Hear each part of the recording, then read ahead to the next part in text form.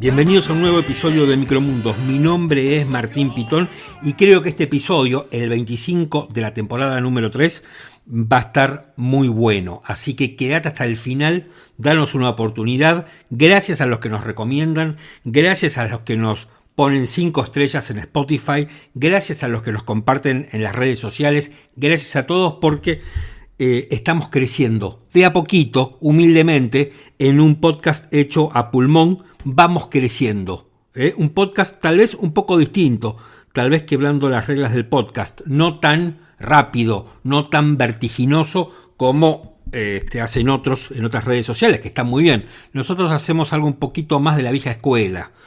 Nos sentamos, hacemos un comentario, repasamos la semana y tenemos un invitado. Algo chiquito, humilde, boutique, como se dice ahora. El invitado de esta semana es Freddy Storani. Federico Storani es un viejo y experimentado dirigente radical que sabe mucho de política. Bueno, con él hablé de todo. Hablé, obviamente, del contexto político de las elecciones de Javier Milei y de lo que está pasando adentro de Juntos por el Cambio, del crecimiento del radicalismo dentro de lo que es la coalición opositora que puede generar más de un inconveniente. Quédate y escúchalo porque me parece que está muy bueno. Gracias a todos aquellos que no solamente se han tomado el trabajo de escuchar el episodio anterior, sino también que nos han dejado sus mensajes, así que voy a leer algunos de ellos. Ezequiel dice, muy bueno y clarificante el reportaje a Daniel Artana. Bueno, muchísimas gracias. Sí, en el episodio anterior, y si no lo escuchaste, te recomiendo que lo hagas, el reportaje con Daniel Artana, que me parece que es realmente interesante, como dice Ezequiel. Pats dice, gracias Martín, impecable tu editorial, gracias Pats y la entrevista. Muy certeras tus preguntas, acá me pongo contento. Habemos serie esta semana, gracias de nuevo. Bueno, y Miriam Zárate también dice, te sigo desde la radio. Uy, gracias, ¿cuánto hace, pobre? Muy bueno el episodio. Artana, bueno, pero no le ponen un poco de garra. Va a ganar Milei, dice, miren, y me pone un emoji con una sonrisa. Estos son nuestros oyentes en Spotify que nos dejan sus mensajes. Y me pasó algo realmente que me pone muy contento y muy orgulloso y lo quiero compartir con ustedes. ¿Es un poco de autobombo? Sí, pero más que todo lo que tengo ganas es de compartirlo. Porque por primera vez, como se dice en el periodismo, rebotamos en un medio, rebotamos en otro medio. Es la primera vez que nos levantan de un medio. Y fue el diario Alfil de Río Cuarto, Córdoba, y Javier Boer, periodista político de ese diario, me encontré un artículo de él sobre el tema ganancias y la casta, que escribió lo siguiente, escuchen. El lunes escuchaba el interesante podcast del periodista Martín Pitón y allí decía algo que era absolutamente cierto al momento de grabarlo. La campaña de Patricia Bullrich estaba haciendo agua porque no sabía contra quién estaba peleando. Si Massa y Milei se habían elegido, también habían elegido dejarla a ella fuera. Sin un rival claro, solamente se terminan tirando trompadas al aire. Eso decía aquí el colega Javier Boer, que había dicho yo. No me acordaba muy bien, así que fui a escucharme. Y sí, efectivamente había dicho algo de eso. Así que bueno, muchísimas gracias. Me pone contento porque, insisto, algo que yo hago con mucho cariño, a pulmón, que es un hobby, que no estoy ganando plata con esto, que simplemente me gusta estar en la conversación y por eso lo hago. Así que me pone contento que otro medio se haya hecho eco de lo que pasa en este podcast. Ahora vamos con las voces de la semana. ¿Sabés a quién me hacía acordar? A Astiz. ¿Viste que Astiz se infiltró en las organizaciones de las madres? Vos sos una infiltrada de la democracia. Vos no crees en la democracia. Sin embargo, yo creo que evidentemente no solo creo en la democracia, sino que le he reclamado a la democracia que reconozca a las víctimas del terrorismo, civiles y no combatientes que fueron agredidos por organizaciones armadas como las que vos implícitamente estás defendiendo. Si aquí realmente vos hablaras de derechos humanos, hablarías de reconocer la verdad, la justicia y la reparación para estos inocentes. Inocentes que fueron despedazados por coches bombas, secuestrados en secuestros extorsivos, soldados conscriptos de 18 años asesinados en nombre de una revolución que nadie les pidió y que tu gobierno justifica. Es una enorme contradicción que para defender a víctimas te reúna con los que mataron, con los que Me asesinaron. Me reuní también con terroristas, pero esa parte lógicamente no te interesa. Esa parte no te interesa, porque ustedes garantizan la impunidad de los terroristas. Lamentablemente, Luis, el Código Penal, estás modificaste el Código Penal. No lo modifiqué. ¿Modificaste el Código Penal? No lo modificaste. Independientemente no has de hecho una eso, sola la modificación al realidad Código es que Penal. cuando con Javier Milei pedimos comisiones en el Congreso de la Nación, en el Congreso de la Nación, no mientas, tu espacio no nos dio lugar en ninguna comisión, igual que el kirchnerismo, porque así son democráticos. Está todo bien, pero una persona sola puede hacer un cambio. Yo estaba casi solo y tenía 4 gobernadores. Javier Milei tendría 0 gobernador. Sí, 0 intendente, además, y muy poco legislador. Yo tenía 1/3 de la Cámara de Diputados, 1/5 de senadores. Los libertarios tendrían aún menos. Y ahí yo quiero decir con sinceridad, o sea, gobernar hoy en el mundo es complejo. Está realmente difícil. Miren los problemas que tiene Macron, ¿no? Y ahí no tienen los problemas de pobreza de la Argentina, o sea, no tienen 40 tipos de cambio, no tienen un ministro de Economía candidato que inventa, mintiendo, engañando cínicamente todos los días una nueva medida que nos hipoteca el futuro. Y está difícil. La Argentina es aún mucho más difícil. Y gobernar la Argentina requiere de desembarcar con mínimo 4.000 personas, que hayan tenido alguna experiencia previa, que se coordinen entre ellos y quien los conduzca haya vivido lo que es la fuerza del statu quo. Patricia lo vivió, Patricia se enfrentó a Moyano, no dice lo voy a enfrentar, ya lo enfrentó. Y el tercer tema, que era la casta, que fue un gran hallazgo de la campaña de Milei, bueno, si tu secretario del Trabajo, el que te maneje las obras sociales, va a ser Barrio Nuevo, la casta la tenés adentro. Entonces, esta ha sido una política del peronismo siempre, del kirchnerismo siempre, meterse adentro de los partidos. Es el fin del kirchnerismo, nosotros estamos en condiciones de terminar con el kirchnerismo. Nosotros somos los que estamos para venir a ponerles la tapa en el ataúd a los kirchneristas. ¿Y Junto por el Cambio? Junto por el Cambio se degrada solo. El fondo pedía 100% de devaluación. El fondo pedía unificación cambiaria, para hacerlo más claro. El fondo pide, pero soberanamente el gobierno de Alberto Fernández y tu ministro. El fondo te pone condiciones para renegociar la estructura de deuda. Dicho así, gobierna Cristalina Georgieva. Desde el año 2018 que Macri, para financiar la fuga de capitales en la Argentina, Macri llevó a la Argentina a la convocatoria de acreedores. La policía no puede actuar porque sí, claro, porque se le ocurre preguntarle a cualquier persona que está en un cajero de dónde saca el dinero. Pero si hay una persona en un cajero de un banco de la capital de la provincia de Buenos Aires, de la casa matriz del Banco Provincia, con 48 tarjetas y sacando 25 millones de pesos, tiene todo el derecho a pensar que puede haber algo sospechoso.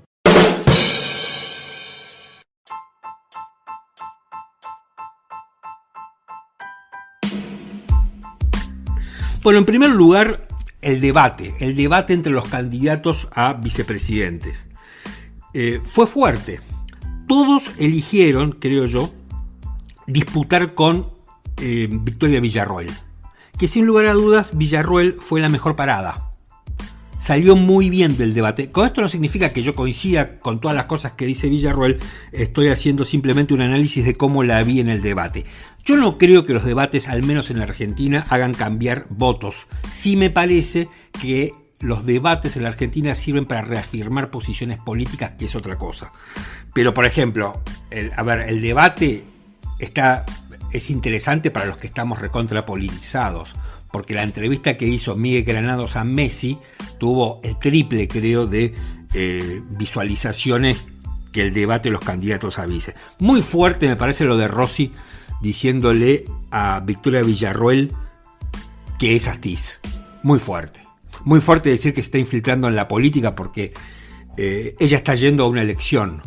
No está, o sea, alguien que se infiltra como hizo Astiz no abre el juego. Victoria Villarroel va, se presenta a elecciones y se presenta a un debate y va a pelearla cara a cara. Astiz no peleaba cara a cara. Así que guarda con eso. Me parece que está equivocado Rossi. Creo que Victoria Villarruel no tiene nada que ver con Astiz. Ahora, dicho esto, también me parece que hay que decir, a mí hay algo que no me cierra Victoria Villarruel. Honestamente comparto cuando ella dice, busco reparación para aquellas víctimas de las organizaciones terroristas. Y está bien, y tiene razón, y metió ese tema en el debate público, que no existía ese tema en el debate público. Ahora, nunca condena a la dictadura militar. Nunca condena, y ahí tiene razón Rossi, nunca condena el robo de bebés, nunca condena la tortura, nunca condena los campos clandestinos, nunca condena nada de todo eso, nunca condena el terrorismo de Estado. De hecho, en el debate estuvieron 2 jueces del juicio de las juntas. Estaba León Arlañán y Ricardo Gilavedra. Y Rossi, obviamente, en forma de chicana, pidió un aplauso. Por supuesto que, no sé, si yo hubiera estado ahí, me hubiera levantado y los hubiera aplaudido desde ya. A Victoria Villarruel no se le movió un pelo. Entonces, a mí eso es lo que no me cierra de ella. Ahora, nunca la podría comparar con Astiz. Jamás. Me parece que estuvo muy mal Rossi ahí y Villarruel le ganó la discusión. Y después Luis Petri contra Villarruel. A ver, Petri para mí fue de los más deslucidos. Petri, a nadie le importa si presentaste un proyecto o no lo presentaste. Tenía razón Petri de todos modos, ¿no? Tenía razón. Pero digo, no era lo importante si presentaste un proyecto en la Cámara de Diputados o no lo presentaste. ¿Quién se acuerda del proyecto de Petri en la Cámara de Diputados o si él reformó el Código Penal? No se acuerda absolutamente nadie. Petri estaba demasiado coachado. Parecía Rodríguez Larreta. Parecía un muñeco de torta, con el mayor de los respetos dicho esto, ¿no? No estoy diciendo que tenga razón o que no, lo mismo que decía con Villarruel, pero me parecía un tipo que parecía un robot, no tenía un solo sentimiento, no conectaba con el público, no conectó con nadie, un candidato artificial. Villarruel conectaba con el público, por eso me parece que fue la mejor parada. Rossi estaba muy nervioso, tenía que meter un mensaje anacrónico y que está pasado de moda. Eso es lo que le pasaba a Rossi. No podía explicar la realidad. El problema de Rossi no se enfrentaba con el resto de los candidatos. Rossi se enfrentaba con la realidad. Algo muy diferente a lo que le pasaba a Petri y a Villarruel. A Rossi lo desmiente la diaria, ¿no? Y después tenemos a Del Caño, Nicolás Del Caño, de la izquierda. Nicolás Del Caño es como, ¿vieron esos japoneses que se perdieron en la selva de Filipinas en la Segunda Guerra Mundial y que 40 años después seguían peleando contra los norteamericanos porque no sabían que la guerra había terminado? Bueno, para mí ese es Nicolás Del Caño. Está en una selva que es la selva de no sé de dónde, y ahí él pelea contra un capitalismo que ya ganó, que ya no está en discusión. O sea, Nicolás Del Caño plantea una discusión que terminó en 1989 cuando cayó el muro de Berlín. Con lo cual, digo, es un japonés perdido en una selva filipina. Y Florencio Randazzo, un fiel embajador del cordobesismo. Florencio Randazzo, conductor de la árida avenida del medio, que cada vez es más angosta. En cualquier momento va a ser un callejón. Porque lo que está de moda, señores, es la grieta. Ya no la grieta entre el kirchnerismo y Juntos por el Cambio, sino la grieta entre La Libertad Avanza o Javier Milei y el resto. Así que esto con respecto al debate, me estoy extendiendo demasiado, pero voy a hacerlo más rápido. Esto con respecto al debate. Después lo escuchamos a Mauricio Macri. A mí el audio de Macri fue un poquito largo, pero lo dejé a propósito, porque me pareció espectacular. Yo no coincido muchas veces con Macri, pero esta vez sí. Macri me parece que dio, desde su lugar de expresidente de la nación, explicó la trastienda de lo que es el presidente. Y me parece que dio en el punto, en la dificultad que implica gobernar. Dijo algo que no lo sabíamos, o que al menos yo no lo sabía. Necesitas 4.000 personas como para empezar a hablar. O sea, necesitas cubrir 4.000 cargos de movida. Y entonces uno se pregunta, Milei, ¿qué va a hacer? ¿De dónde saca los 4.000 tipos? ¿No? Es una pregunta válida. Macri dice, yo tenía 4 gobernadores, Milei no tiene ninguno. Y tenía 4 gobernadores, dice Macri, estaba solo. Y la verdad es que me parece un testimonio súper válido el de Macri. Porque nadie mejor que él, nadie mejor que un expresidente sabe lo que es la soledad del poder. Y es lo que le va a pasar a Milei si es que gana las elecciones. Yo estoy muy preocupado, más allá de las ideas de Milei que no las comparto, pero estoy muy preocupado justamente por la gobernabilidad de Milei, pero no por la gobernabilidad externa, sino por los puentes que tiene con otros lugares, sino por si la gobernabilidad interna. De eso no se sabe nada. Y después habla Patricia Bullrich. Bueno, Patricia Bullrich acá me parece que tiene una definición magistral. Hoy estoy muy Juntos por el Cambio, ¿no? Bueno, perdónenme. Pero la verdad es que tanto la declaración de Macri como la de Bullrich me parece que son muy, muy atinadas. El título de este episodio, La casta la tenés adentro, es justamente por la frase de Patricia Bullrich, que fue una, me parece, definición espectacular. A ver, la casta, o sea, Milei tuvo una genialidad con el tema de la casta. La misma genialidad que tuvo la nata cuando inventó la grieta, Milei la tuvo con la casta. ¿Y qué es la casta? Bueno, la casta básicamente, primero están los políticos. En esa casta, los que ordenan el juego, desde todo punto de vista, son los políticos. Pero también en la casta hay jueces, determinados jueces. También hay empresarios en la casta. Empresarios especialmente que, como este es un Estado tan invasivo, tienen que estar cerca del Estado. Y lo digo en todo sentido, en el buen sentido y en el mal sentido, pero tienen que estar cerca del Estado para poder hacer sus negocios. Eso también es la casta. Hay periodistas que son parte de la casta, de un lado y del otro. No estoy diciendo que sean exclusivamente pertenecientes a las filas del kirchnerismo, pero hay como un establishment periodístico progre y establishment periodístico oficialistas, ¿no? Oficialista me refiero a militantes del kirchnerismo y militantes de Juntos por el Cambio. Eso también es la casta. Yo tengo un concepto más ampliado de la casta. Y esto tiene que ver, obviamente, con la reunión de Barrio Nuevo y el acto que le armó después Barrio Nuevo a Javier Milei. Porque junto con la política, el sindicalismo en Argentina los sindicalistas en Argentina son políticos. Tal vez no pase en otro lugar del mundo, pero en Argentina sí, por cómo están configurados los sindicatos, que pertenecen básicamente a un partido político que es el peronismo. Ahora, que son los ordenadores. ¿Qué está haciendo el sindicalismo? Que es rápido. El sindicalismo busca sobrevivir. La casta no se ofende. La casta no ataca. La casta te entorna. Y eso es lo que quiere decir Bullrich. Y para mí tiene razón. Milei está cayendo en una trampa. En la trampa de Barrio Nuevo. En la trampa del sindicalismo más rancio. En la trampa de los gordos de la CGT. Milei está cayendo ahí. Entonces Milei no va a poder luchar contra la casta. Por eso me parece que la definición de Bullrich es espectacular. Cuando dice la casta la tenés adentro.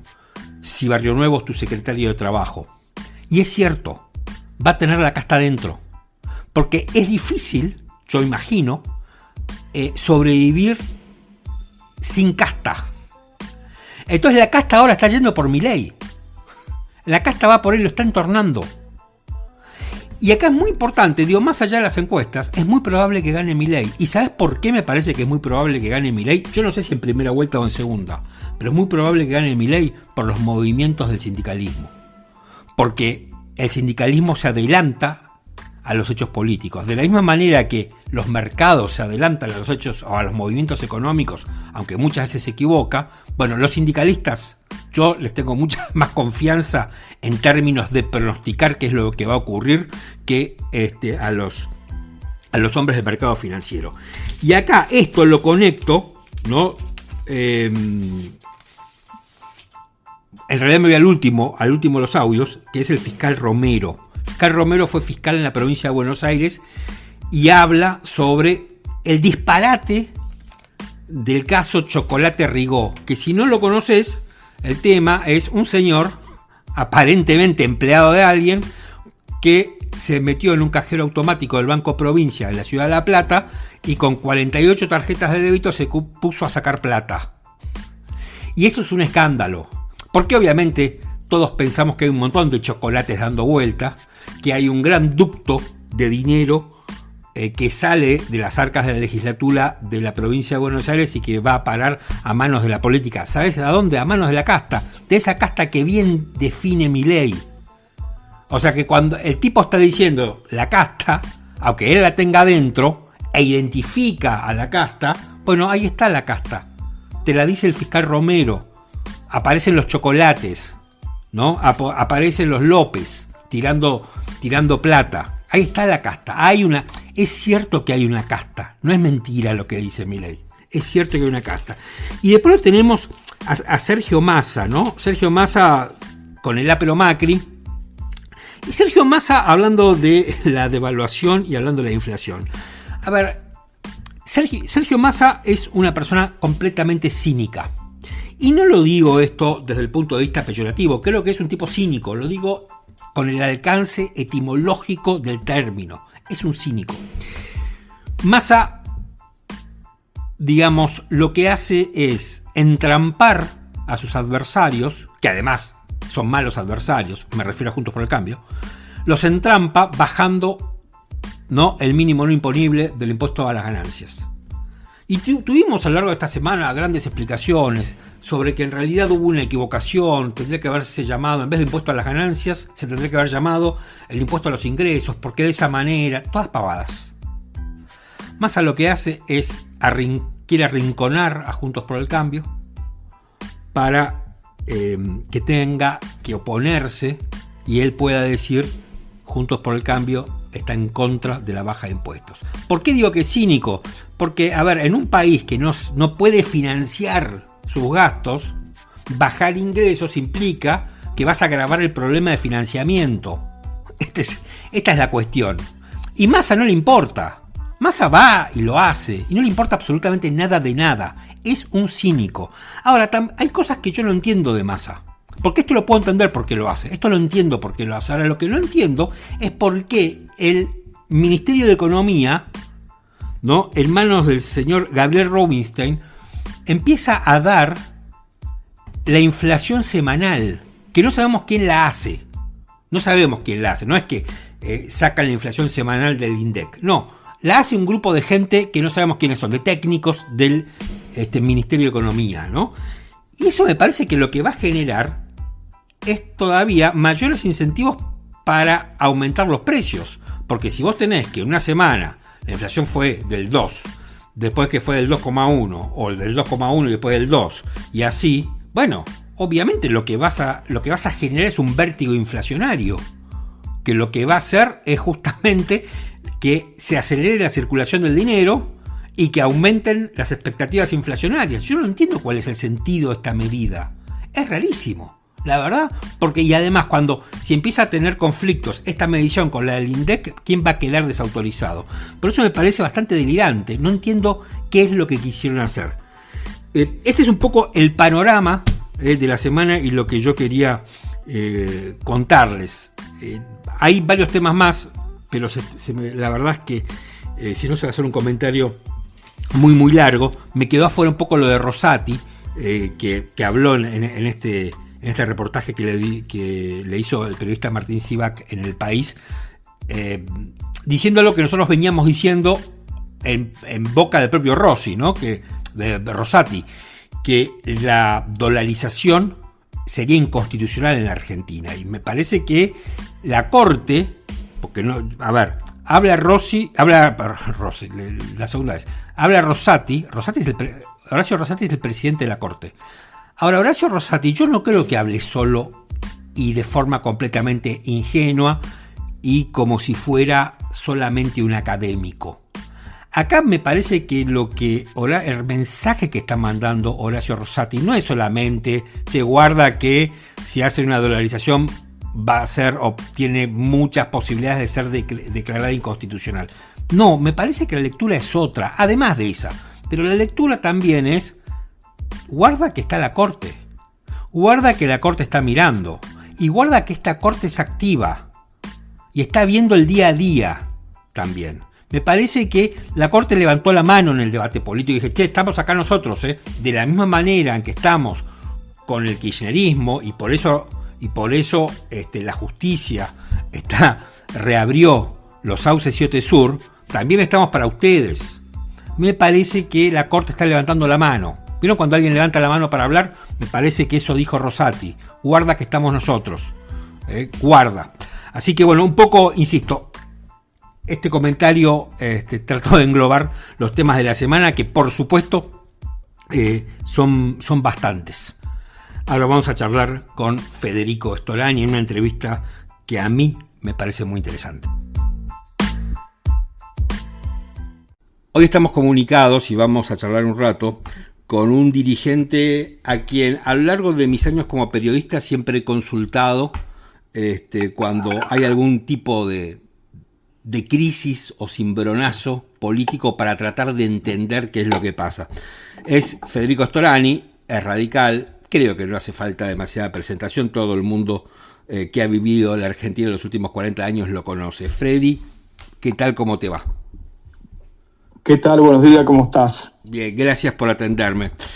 Bueno, la primera pregunta es más que obvia. ¿Estás preocupado por esta situación más que económica, política de la Argentina?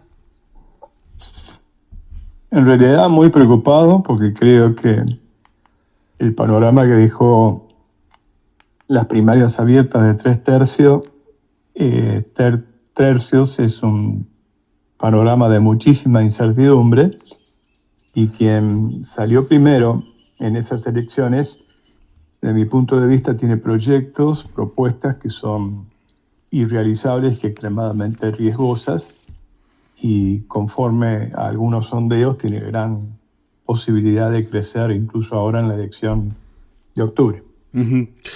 ¿No debería haber desde la política tradicional una suerte de autocrítica? Porque a mí me da la impresión que en gran medida Milei es producto de la frustración de la política.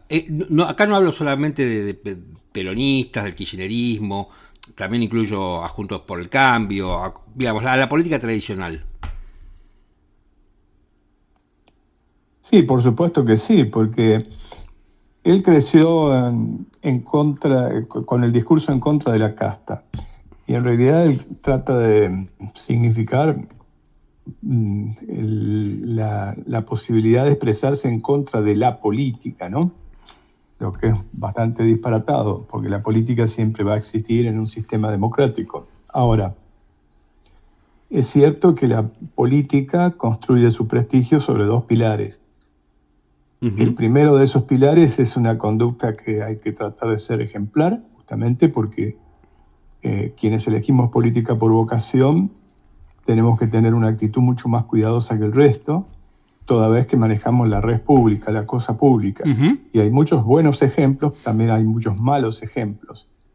Y sobre todo en un momento de una crisis tan profunda, esos malos ejemplos son muy groseros, porque si la inmensa mayoría del pueblo argentino está sufriendo, es evidente que esas malas conductas se notan muchísimo más.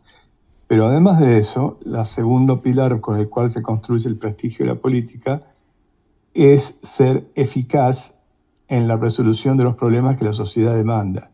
Y es evidente que no se ha sido eficaz por muchas cosas, los resultados están a la vista. Tenemos una inflación desatada, una pobreza estructural extremadamente alta y muchísimas otras situaciones que preocupan con mucha razón a la sociedad argentina. La seguridad, por ejemplo, la falta de seguridad. Entonces, es evidente que él ha tomado eso como una forma de rechazo, lo ha capitalizado. Lo que ocurre que para mí las propuestas que él hace como en teoría para solucionarlas son aún peores y pueden significar un retroceso. A ver, da la impresión que, yo no sé si es una impresión que tenemos desde afuera, no sé si desde adentro de la política se la tiene también, que la llegada a la presidencia de Milei es inevitable.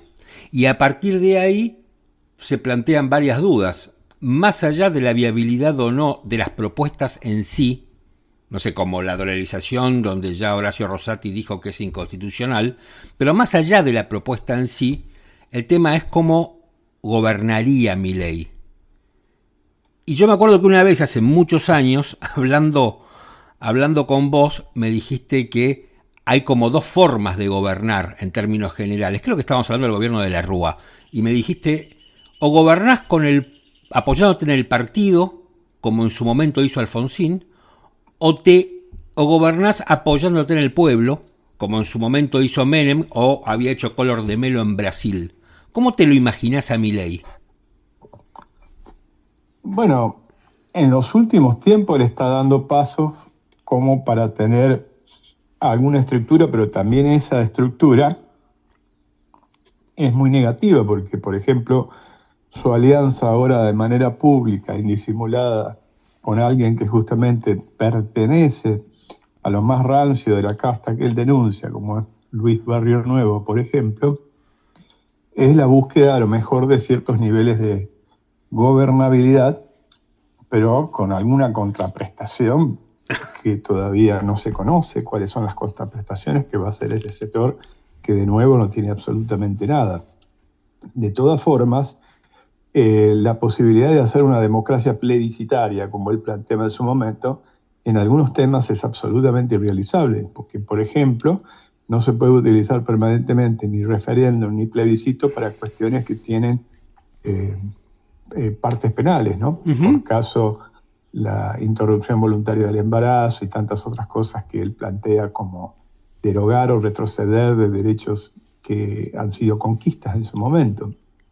Por lo tanto, o lo que vos mismo señalaste, la posibilidad de la dolarización, que va a tener ya un tema de cuestionamiento a la propia constitucionalidad, conforme lo dice un propio miembro de la Corte Suprema de Justicia de la Nación. Yo creo que la democracia plebiscitaria es impracticable. Podés hacerlo sobre alguna medida en particular, pero no lo podés hacer constantemente. Y si la gobernabilidad la vas a buscar con sectores que ya existen y son los más rancios de lo que él denuncia como la casta, no vas a cambiar absolutamente nada.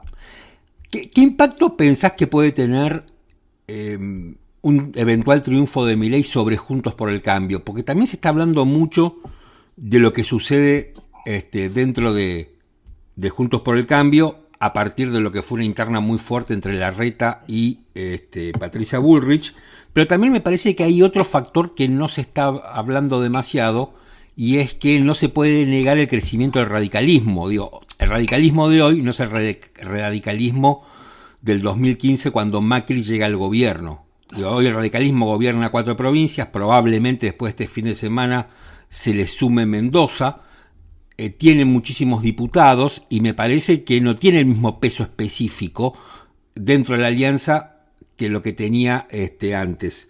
Esto imagino que esta variación en la relación de fuerzas puede complicar un poco, ¿no? Por supuesto que sí. Yo creo que el radicalismo tiene un desarrollo territorial que es evidente y que lo está marcando en estos últimos tiempos, en particular con la elección en Santa Fe y Chaco, donde ha ganado muy, muy bien, y entonces muestra su vitalidad, que es un partido que tiene su dinámica, que está vital y que tiene una implantación territorial muy representativa. El problema es que no ha logrado que esa expresión territorial se proyecte hacia un proyecto nacional que lo contenga, y a su vez está careciendo de un liderazgo como tuvo en otras épocas. Pero eso irá apareciendo. Por ejemplo, en el caso de Puyaro es una persona muy joven, tiene 48 años, también es Dero en Chaco, es una persona joven. Están surgiendo nuevas figuras, pero eso lleva un tiempo, un proceso de maduración, y además deberán todavía probar lo que hablábamos antes, cierta eficacia en el gobierno de sus respectivas provincias. Pero está en un proceso de renovación. El radicalismo debe reclamar un legítimo liderazgo de la alianza que integra. Y me parece que ahí puede entrar el conflicto, ¿no? Va a entrar en conflicto porque tampoco el PRO va a resignar eso, pero yo creo que el PRO ha tenido una actitud extremadamente sectaria. El gobierno anterior de Macri ha sido un gobierno del PRO, no ha sido una coalición de gobierno, y además expresa políticas conservadoras que muchas veces a nosotros no nos representan.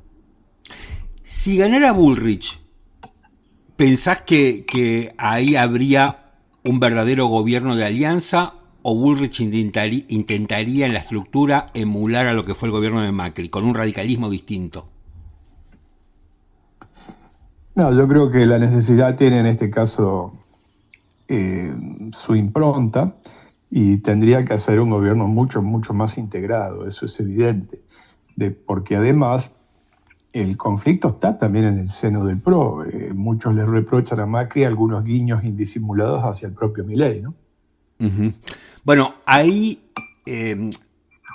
y volviendo a un posible gobierno de Milei, ahí me da la impresión que en un posible gobierno de él, el radicalismo tendría muchos más guiños en algunas cuestiones con el peronismo que con el propio PRO.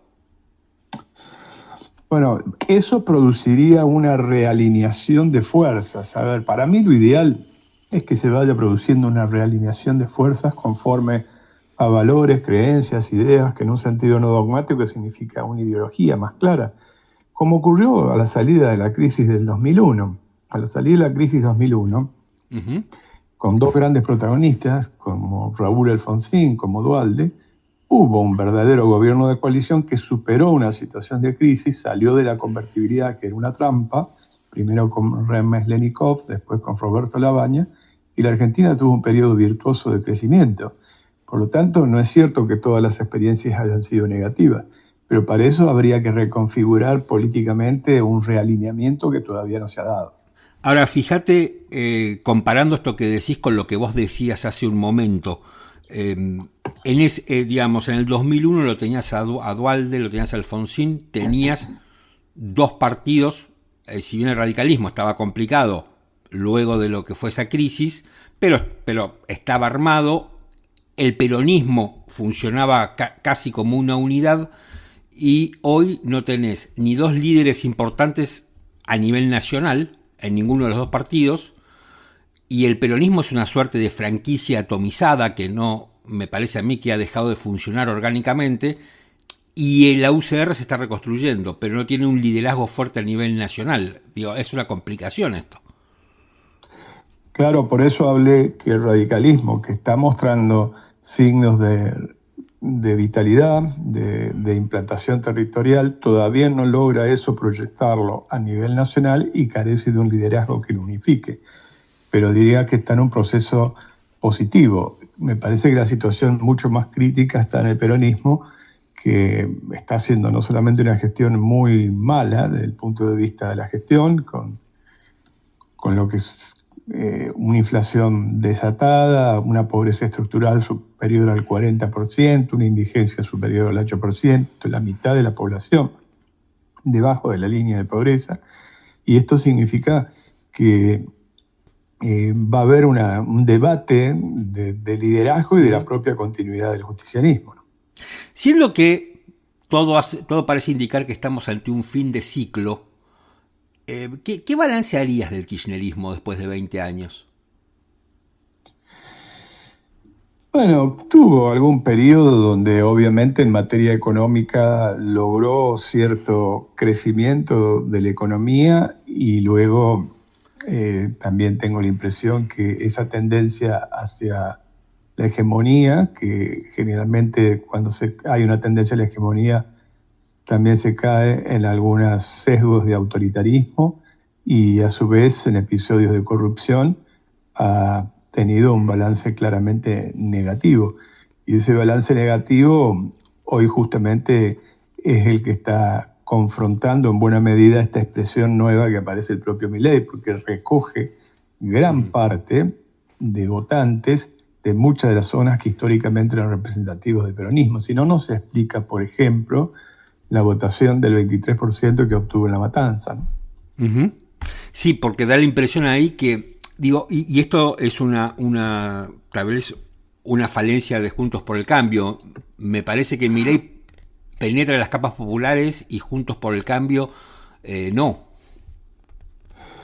Sí, totalmente. Yo creo que allí esta pelea, que fue una pelea más de tipo personalistas y halcones o palomas, uh-huh, yo claramente me inclinaba por aquello que intente superar la grieta. Yo creo que con la grieta, con el discurso del odio, con la descalificación, no se construye.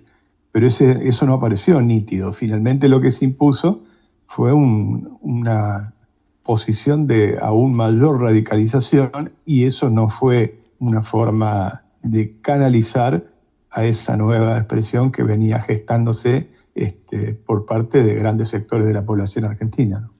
¿El radicalismo está haciendo campaña por Bullrich? Porque esto es una especulación, me la podés desmentir rápidamente. A mí me da la impresión que Bullrich está un poco sola, que ha sido abandonada, al menos lo que se ve, por gran parte incluso del PRO, de la gente de la reta, y tampoco lo veo el radicalismo demasiado comprometido. Por supuesto que hay declaraciones de ocasión en los medios, pero no lo veo militando fuerte. No, sin embargo lo está haciendo porque también tiene su propio interés, si vos querés, porque al haberse ensamblado las listas después de las primarias abiertas, pelea hasta por sus propios intereses, la posibilidad de tener representantes tanto en gobiernos locales como provinciales y aún legisladores nacionales. Lo que pasa es que a veces no coinciden los discursos. Por ejemplo, el discurso de Puyaro post-elecciones fue un discurso de conciliación, porque tiene que conseguir gobernabilidad para una provincia tan compleja y difícil como Santa Fe. Y yo estuve hace poquitos días en Rosario, y mis amigos en Rosario me decían que cayó muy mal el discurso posterior de Bullrich, que fue de una confrontación dura, que esa no iba en la misma dirección que había sido el mismo discurso de Puyaro. Algo parecido pasó en el Chaco. Es muy complicado cuando un dirigente nacional va a una provincia, a un distrito ajeno, tratando de imponer reglas que son que no tienen nada que ver con ese lugar, ¿no? Porque estás armando una cosa y viene alguien y te lo detona. Bueno, claro. Y hay que conocer las particularidades de cada lugar, que es el caso de yo diría, de la enorme virtud que en este momento tiene esta revitalización del radicalismo, que es más territorial, y tratar de tomar esas reivindicaciones específicas del lugar y proyectarlas a nivel nacional. Pero eso nos da la impresión que se haga a través de Bullrich, que no aparece claramente como un liderazgo. Claro. ¿Te preocupa el discurso sobre derechos humanos de Victoria Villarroel? A mí en general me preocupa toda la propuesta de Milei y Milei Villarroel. No solamente el tema de derechos humanos por parte de ella, el entorno que la rodea, aunque intente desmentirlo, desvincularse, es muy indisimulado el sesgo que tiene. También me preocupa muchísimo la negación del calentamiento global, cuando es un dato empírico, científico, mundial, diría yo, que eso existe. Hemos padecido una sequía extrema por más de 3 años. Me preocupa el endiosamiento del mercado para la venta de armas de fuego o de órganos humanos. Me preocupa el retroceso fenomenal que significaría para la educación pública y para la salud. Me preocupa en general la propuesta de Milei, que además no me parece nueva, sino que me parece una suerte de menemismo a quien él admira, remozado, digamos. El decálogo de las recomendaciones del consenso de Washington, casi con los mismos nombres y apellidos, Roque Fernández, Carlos Rodríguez, todo lo que era el grupo del SEMA, sí, claro, que no tienen nada de nuevo y que ya se probó que fue una muy mala experiencia. Freddy, no puedo dejar de preguntarte, para ir terminando con esta charla, acerca del inicio del juicio por la muerte de tu hijo, que creo que empieza ahora los primeros días del mes de octubre. Sos como más allá de que tu hijo y tu señora han sido víctimas de este tipo, al mismo tiempo sos como una víctima del sistema, ¿no? Sí, claramente. Después de mucho batallar, más de 7 años y medio, el juicio oral y público por el homicidio, en realidad es triple homicidio simple con dolo eventual contra el señor Pablo López Lacal, que es el homicida. Va a comenzar el día 2 de octubre el Tribunal Oral número 1 de San Isidro. Bueno, nosotros esperamos anhelamos, ponemos toda nuestra energía, estamos muy expectantes a que finalmente se haga justicia, pero han sido más de 7 años de un calvario en la espera para llegar a esta instancia que no debería ser así, y eso marca lo muy mal que funciona la justicia en la Argentina. ¿Por qué 7 años en un hecho que parece tan claro? Entre otras cosas porque la justicia, el sistema jurídico argentino permite la interposición de recursos tras recursos que van, es lo que se dice habitualmente, chicaneando y dilatando la posibilidad de ir resolviendo diferentes instancias, por ejemplo, con recursos de queja que van a la Corte de la provincia, luego recursos de queja que va a la Corte Nacional y son rechazados, pero toman muchísimo tiempo la resolución de los mismos. Y esa ha sido la estrategia que ha seguido este homicida, dilatar para que el tiempo vaya pasando. Bueno, finalmente va llegando la hora de que va a tener un juicio oral y público, y yo creo que el tribunal que ha tocado es un buen tribunal porque trató de hacer las cosas rápidamente, y la última demora fue justamente porque estaba trancado un recurso de queja en la Corte Suprema de Justicia de la Nación. Federico, muchísimas gracias por haberme atendido, por esta charla y por ayudarnos a entender un poco este momento tan conflictivo que estamos atravesando. Bueno, muchísimas gracias a vos y a disposición para cualquier otro momento.